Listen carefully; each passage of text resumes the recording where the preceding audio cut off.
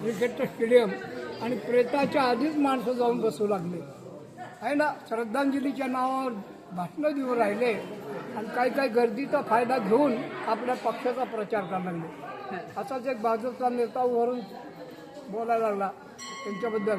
आज आप्पा आपल्यातून गेले, परत न कधी येण्यासाठी, पण आपल्याला आप्पाचा चेहरा नक्की लक्षात राहील, कारण आप्पाचा चेहरा हा कमळाच्या फुलासारखा होता. लगेच शिवसेनाला उठला.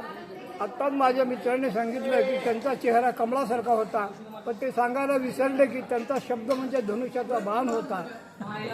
मग काँग्रेसवाला उठला. तो म्हणे आप्पा कसे गेले हे कुणी नाही सांगितलं, आप्पाला यमाने हात दाखवला म्हणून आप्पा गेले. मग तो राष्ट्रवादीवाला बोलतो, मला ज्यावेळेस फोन आला आप्पा गेल्याचं, आम्ही घड्याळात पाहिलं 10 वाजून 10 मिनिट झालते, म्हणजे ते राष्ट्रवादी होते. पुन्हा मायावतीचा मग बाई आली, आप्पा किसी की लेन देन में नहीं थे, किसी को कुछ बोलते नहीं थे, हत्ती चलता है कुत्ते भुकते ऐसा उनका काम था. राज ठाकरे उठला त्यांच्या पक्षाचा.